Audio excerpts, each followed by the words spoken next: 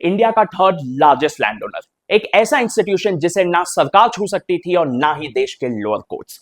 वो किसी की भी जमीन को अल्लाह के नाम कर सकते थे और सबसे खास बात, कोई जवाबदेही नहीं, ना सरकार को ना किसी भी संस्था को। यह वही संस्था है जिसने इंडिया के पार्लियामेंट को अपनी जमीन बता दी थी, यहां तक कि कुंभ मेला की जमीन पे भी दावा ठोक दिया था और मुकेश अंबानी के एंटीलिया को भी अपनी जमीन डिक्लेयर कर दी थी।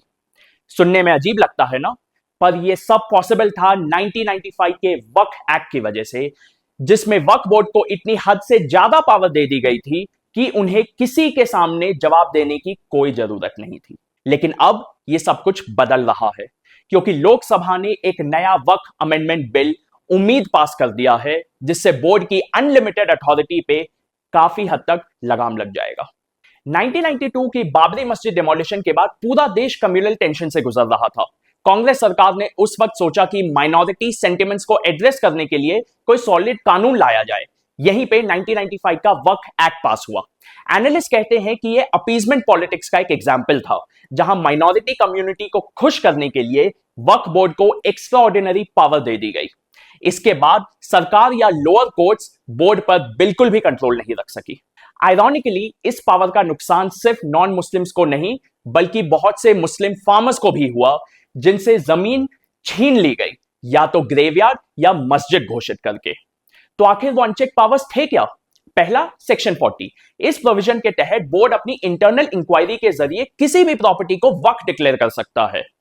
दूसरा, वक्फ बाय यूजर। अगर कोई कहता है कि हम इस प्रॉपर्टी को कई सालों से इबादत के लिए यूज कर रहे हैं, तो बोर्ड को जमीन हड़पने का हक मिल जाता था। इससे लोगों को अपनी जमीन के लिए सबूत देना पड़ता था, हाई कोर्ट, सुप्रीम कोर्ट के चक्कर लगाने पड़ते थे। जाहिर है यह एक आम आदमी के लिए मुमकिन नहीं है।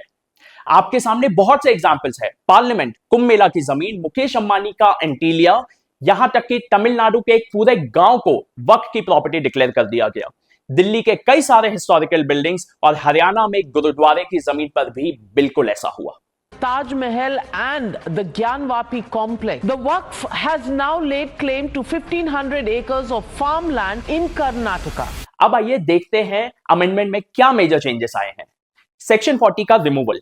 पहले बोर्ड खुद इंटरनल इंक्वायरी करके प्रॉपर्टी को वक्फ डिक्लेयर कर देता था, जो बिल्कुल भी ट्रांसपेरेंट नहीं होता था।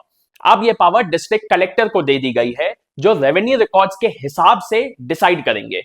पहले सिर्फ ये बोलने से ही कि इस जगह हम इतने सालों से नमाज पढ़ रहे हैं क्लेम पॉसिबल था।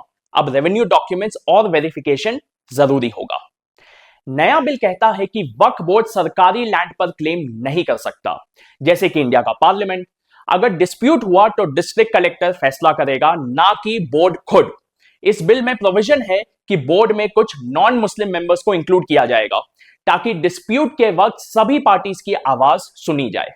अक्सर फैमिली प्रॉपर्टी को डायरेक्टली वक्फ बना दिया जाता था, बिना महिलाओं और बच्चों के हक को कंसिडर किए। अब बिल इंश्योर करता है कि पहले उनका हक उनको मिलेगा, उसके बाद ही प्रॉपर्टी वक्फ हो सकती है। पहले बोर्ड के फैसले को चैलेंज करना लगभग नामुमकिन था। अब 90 दिन के अंदर हाई कोर्ट में डायरेक्टली अपील किया जा सकता है, ताकि बोर्ड के डिसीजंस पर जुडिशियल ओवरसाइट हो। सबसे बड़ा फायदा उन लोगों को होगा जिनकी जमीन पर गलत तरीके से वक्फ क्लेम किया गया था। रातों रात ग्रेवयार्ड घोषित करके या मस्जिद बोलकर जमीन छीन ली गई थी। ऑब्वियस है, इस सुपर पावर के खत्म होने से बोर्ड की मोनोपोली कम हो जाएगी, पर बोर्ड फिर भी एग्जिस्ट करेगा। लेजिटिमेट प्रॉपर्टीज उन्हीं के पास रहेंगी, बस मिसयूज पर रोक लग जाएगी।